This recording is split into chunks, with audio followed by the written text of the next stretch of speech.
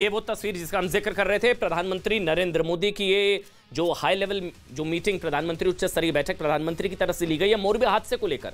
जो मोरबी में दुखद हादसा हुआ, 134 लोगों की मौत हुई है, कई लोगों को बचाया गया, उसको लेकर आप देख रहे हैं बैठक में मुख्यमंत्री इस वक्त बैठक में मौजूद है। बैठक ली गई है, गृह राज्य मंत्री जो है वहां पर हर्ष सांघवी, इसके अलावा राहत और बचाव कार्य को लेकर वहां पर अपडेट लिया गया और त्वरित कार्रवाई करने की बात की गई है। जो अपडेट आया उसमें यह है कि और ज्यादा तेजी से राहत और बचाव कार्य, क्योंकि अभी भी बताया जा रहा है कि कुछ लोग हो सकते हैं जो मोरबी में नदी के नीचे हो सकते हैं। लेकिन जानते हैं मोरबी में जो हादसा हुआ ये सिस्टम की लापरवाही का नतीजा तो था, लेकिन इस खबर का एक एंगल है जो विज्ञान से संबंधित है, उसको बहुत ध्यान से समझिएगा जो अब हम आपको बताने जा रहे हैं।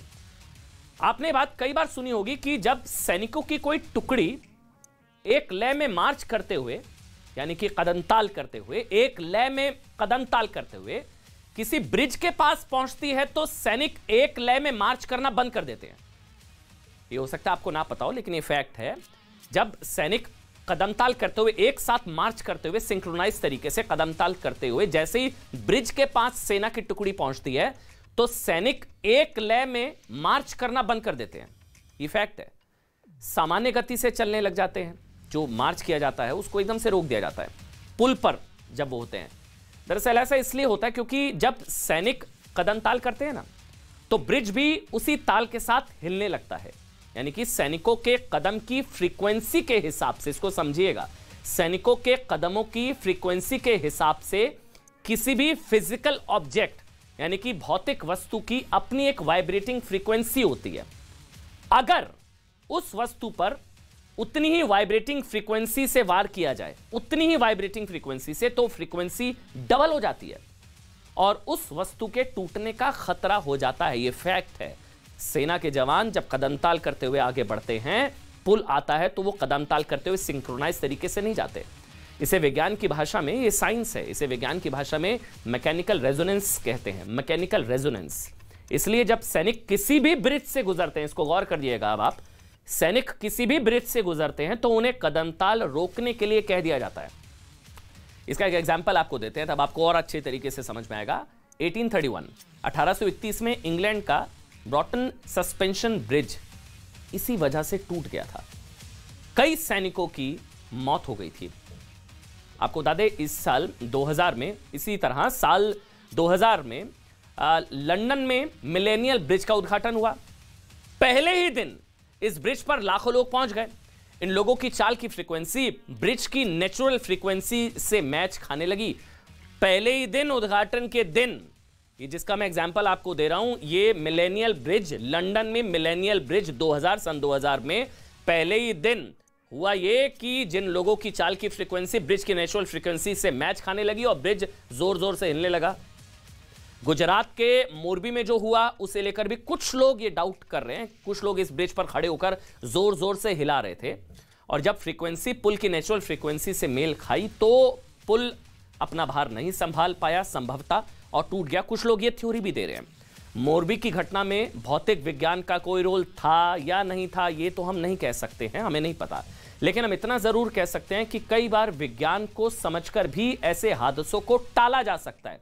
यह स्थिति जब लंदन के मिलेनियल ब्रिज के साथ हुई तो वहां के इंजीनियर्स ने इसे फौरन सही करने का फैसला लिया। ये लंदन के मिलेनियल ब्रिज के साथ हुआ तो वहां के इंजीनियर्स ने इसे फौरन सही करने का फैसला लिया और कुछ ही समय में इस समस्या को दूर किया गया। आज ये ब्रिज लंदन की शान है। इस खबर का एक पहलू भारत की आप आबादी से भी जोड़ सकते हैं। बहुत सारे लोग कहते हैं कि भारत में लोगों के पास मनोरंजन के साधन कम हैं, शहरों में सैर सपाटे की जगहों का अभाव है, इसलिए कई बार भीड़ उन गिनी चुनी जगहों की तरफ खींची चली आती है जहां लोगों को आनंद के कुछ पल गुजारने का मौका मिलता है। मोरबी का हैंगिंग ब्रिज यानी कि झूलता पुल भी इसी का एक एग्जाम्पल है। मोरबी के इस हैंगिंग ब्रिज पर क्षमता से ज्यादा लोग पहुंच चुके थे। नतीजा यह हुआ पुल टूट गया। लेकिन भारी भीड़ की वजह से भारत में ऐसे हादसे हर साल होते हैं। आप भी कभी ना कभी ऐसी भीड़ भाड़ वाली जगहों पर हो सकता है आप गए होंगे जहां पांव रखने तक की जगह नहीं होती। हम कई बार मंदिरों में जाते हैं, वृंदावन में इस तरह के मंदिर हैं जहां पर हम जाते हैं, बांके बिहारी मंदिर, जब ये भीड़ बढ़ने लगती है तो आपने महसूस किया होगा आपका दम घुटने लगता है और बस किसी तरह वहां से बाहर निकल जाना ही आपका मकसद होता है। आप चाहते हैं वहां से निकल जाएं क्योंकि भीड़ बहुत ज्यादा होती है। अगर इस बीच कहीं भगदड़ मच जाए, स्टैम्पीड, भगदड़ मच जाए तो जान बचाना भी मुश्किल हो जाता है। आपने महसूस किया होगा कि ऐसी जगहों पर अगर आप नहीं भी चाहते तो भी भीड़ आपको आगे बढ़ाने लगती है। मतलब भीड़ बहुत ज्यादा होती है तो आप एक डायरेक्शन की तरफ बढ़ने लगते हैं, मजबूरी में आप अपने आगे वाले व्यक्ति को धक्का मार के आगे बढ़ते हैं। भीड़ बहुत ज्यादा, तो भीड़ आपको एक दिशा की तरफ लेकर चलती है और आपको एहसास होता है कि आप मुश्किल में फंस गए हैं। आप इसे लॉज ऑफ फ्लूइड डायनेमिक्स की मदद से भी समझ सकते हैं। मैं फिर से रिपीट कर रहा हूं, लॉज ऑफ फ्लूइड डायनेमिक्स। इसमें होता है, उदाहरण के लिए मैं आपको एग्जांपल के तौर पर, जब फंस जाते हैं तो होता क्या है, डायरेक्शन में प्रेशर होता है। उदाहरण के लिए आपने पानी की पाइप्स देखी होंगी ना, पानी इस पाइप में एक समान मात्रा में और एक गति से बहता है, लेकिन अगर आप इस पाइप को कहीं से अगर आप दबा देते हैं तो पानी तो उतना ही होता है लेकिन प्रेशर तेज हो जाता है। पानी उतना ही लेकिन प्रेशर तेज, दबाव बढ़ जाता है। ऐसा ही भीड़ के साथ भी होता है। भारी भीड़ जब धीरे धीरे आगे बढ़ती है और आगे रास्ता संकरा हो जाता है तो पीछे से बहुत ज्यादा दबाव पैदा होने लगता है और भीड़ हादसे का शिकार होने की तरफ बढ़ने लगती है। यह भी एक थ्योरी है, साइंस है। यह समझिए, स्टैटिस्टिका के आंकड़ों के मुताबिक भारत में साल 2014 से 2018 के बीच 4 वर्षों में आतंकवादी हमलों में भारत के 504 नागरिक मारे गए। 4 सालों में टेरर अटैक्स में 504 नागरिक मारे गए। इनमें ज्यादातर आतंकवादी घटनाएं जम्मू कश्मीर और उत्तर पूर्वी भारत में हुई। जबकि नेशनल क्राइम रिकॉर्ड्स ब्यूरो के मुताबिक 2012 से 2015 के दौरान इन 4 सालों में स्टैम्पीड की वजह से भारत में 1128 लोग मारे गए। 1128 आतंकवादी हमलों से ज्यादा स्टैम्पीड में मारे गए, भगदड़ में मारे गए। फर्क साफ है। अब भारत में जितने लोग आतंकवादी घटनाओं से नहीं मरते हैं ना, उससे कहीं ज्यादा प्रशासन और सिस्टम की लापरवाही की वजह से मारे जाते हैं।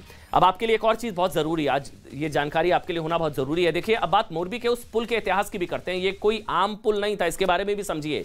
ये 1887 के आसपास मोरबी के तत्कालीन राजा वाघजी राठौर ने इस पुल को बनाया था। दरअसल मोरबी पर ठाकुर शासन 1922 तक रहा। उस वक्त लकड़ी के इस पुल का निर्माण कराया गया था। पुल को बनाने के लिए यूरोप की सबसे आधुनिक तकनीक का इस्तेमाल हुआ था। मोरबी के राजा इस पुल से होकर दरबार जाते थे। यह ऐतिहासिक 140 साल पुराना पुल है।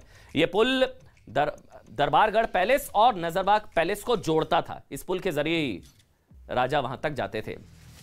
देखिए, भारत में गुजरात के मोरबी में भीड़ की वजह से जैसा हादसा हुआ, वैसा ही हादसा आपने देखा होगा अभी सोल, दक्षिण कोरिया की राजधानी सोल में क्या हुआ। ये जो तस्वीरें तो मोरबी की तस्वीरें, लेकिन सोल में क्या हुआ था। सोल के ही एक शहर, ये जो तस्वीरें हमने आपको दिखाई थी, आज दिखाना बहुत जरूरी है। इटावन में 1 लाख से ज्यादा लोग हैलोवीन त्योहार मना रहे थे। हैलोवीन पार्टी चल रही थी वहां पर। यहां पर भी भीड़ बहुत ज्यादा। ये सेलिब्रेशन पूरे 2 साल बाद हो रहा था क्योंकि कोविड की वजह से इस तरह के आयोजनों पर प्रतिबंध था। समझिएगा, इस दौरान भीड़ शहर के एक संकरे इलाके में पहुंच गई। यह इलाका ना सिर्फ संकरा था बल्कि यहां एक तरह की ढलान भी थी। इस छोटी सी जगह पर इतने लोग खड़े हो गए थे कि लोगों के पास हिलने तक की जगह नहीं बची। सोल से जो वीडियो सामने आए उन्हें देखकर ऐसा लगता है कि भीड़ की वजह से लोग सांस नहीं ले पा रहे थे। अचानक इस भीड़ में मौजूद कई लोग सांस ना ले पाने की वजह से बेहोश होकर गिरने लगे। इनमें से बहुत सा, ये देखिए तस्वीरें देखिए, बहुत सारे लोगों को कार्डियक अरेस्ट भी आ गया था। ये वो तस्वीरें हैं, कार्डियक अरेस्ट आया। कार्डियक अरेस्ट दरअसल उस स्थिति को कहते हैं जब दिल एकदम से काम करना बंद कर देता है, यानी उसमें एक तरह की इलेक्ट्रिक गड़बड़ी आ जाती है। कार्डियक अरेस्ट एक तरह से दिल एकदम से काम करना जो है वो बंद कर देता है। ये हार्ट अटैक से अलग होता है, इसको समझिए। हार्ट अटैक नहीं होता कार्डियक अरेस्ट। हार्ट अटैक में दिल में खून पहुंचाने की प्रक्रिया में गड़बड़ी होती है, उसे हार्ट अटैक। जबकि कार्डियक अरेस्ट में दिल अचानक धड़कना ही बंद कर देता है। इसकी शुरुआत अनियंत्रित धड़कनों से होती है जिसे एरिथमिया कहा जाता है। फिर अचानक दिल धड़कना बंद हो जाता है और फिर मस्तिष्क तक खून पंप नहीं कर पाता। कहा जा रहा है कि सोल में करीब 150 लोगों को कार्डियक अरेस्ट आया। आप ठीक सुन रहे हैं, वहां पर भी भीड़, वहां पर भी लोग। 150 लोगों को कार्डियक अरेस्ट आया, लोगों की मौत हो गई। कार्डियक अरेस्ट की स्थिति में अगर फौरन चिकित्सीय सहायता ना दी जाए तो कुछ ही मिनटों में मौत हो जाती है। कार्डियक अरेस्ट आता है। अब सोल में जो हुआ, भीड़ में ही मौजूद बहुत सारे लोगों ने कार्डियक अरेस्ट झेल रहे। ये देखिए, आप जो देख रहे हैं इस वक्त तस्वीरें, ये सीपीआर देने की कोशिश की है। ये एकदम से सीपीआर देने की, कार्डियक अरेस्ट झेल रहे लोगों को सीपीआर देने की कोशिश हुई। देखिए, सीपीआर इमरजेंसी में इस्तेमाल होने वाली एक प्रक्रिया है। बहुत सारे लोगों को वहां पर सीपीआर देने की कोशिश हुई। जब किसी व्यक्ति को कार्डियक अरेस्ट आता है और उस वक्त तक अगर मेडिकल सहायता पहुंचने में अगर टाइम होता है, तब सीपीआर दिया जाता है। अब इसमें होता क्या, कैसे दिया जाता है, इसको समझिएगा। ये एक तरीके से जान बचाने वाली प्रक्रिया सीपीआर, अगर डॉक्टरी मदद आने में अगर समय है तो इस प्रक्रिया के दौरान पीड़ित व्यक्ति को पीठ के बल पर लिटाया जाता है और उसकी छाती को 1 मिनट में 100 से 120 बार पुश किया जाता है, यानी कि दबाया जाता है। इसके अलावा मुंह से सांस देने की भी प्रक्रिया इसमें अपनाई जाती है ताकि रिवाइव किया जा सके, क्योंकि कार्डियक अरेस्ट में बहुत जल्दी मिनटों में किसी की जान जा सकती है। इस प्रक्रिया तब तक चलती है जब तक कार्डियक अरेस्ट के शिकार व्यक्ति के दिल की धड़कनें फिर से शुरू ना हो जाए, रिवाइव ना उस शख्स को कर लिया जाए। सोल में एक महिला ने सीपीआर की मदद से 10 लोगों की जान बचाई, सीपीआर की मदद से। लेकिन कभी आपने सोचा कि ऐसी स्थिति अगर मतलब आती क्यों है, चाहे वो सोल हो या मोरबी, मोरबी में हुआ, सोल में हुआ, भीड़ जान पर भारी पड़ती क्यों है? इसके लिए आपको भीड़ के विज्ञान को भी समझना चाहिए। ये बहुत जानकारी इंपॉर्टेंट है, इसको नोट कर लीजिए। साइंटिस्ट, वैज्ञानिक मानते हैं जब किसी जगह पर, इसको बहुत ध्यान से समझिएगा, जब किसी जगह पर 1 स्क्वायर मीटर के इलाके में 6 या उससे ज्यादा लोग जमा हो जाते हैं, इसको समझिएगा, इसको नोट कर लीजिए। वैज्ञानिक मानते हैं कि जब किसी जगह पर 1 स्क्वायर मीटर के इलाके में 6 या उससे ज्यादा लोग जमा हो जाते हैं ना, तो इस स्थिति के जानलेवा होने में देर नहीं लगती है। साइंटिस्ट, वैज्ञानिक मानते हैं ऐसा 3 तरीकों से होता है। इन्हें आप 3 स्थितियां भी कह सकते हैं, इसको समझिए। पहली स्थिति होती है क्राउड क्रश की।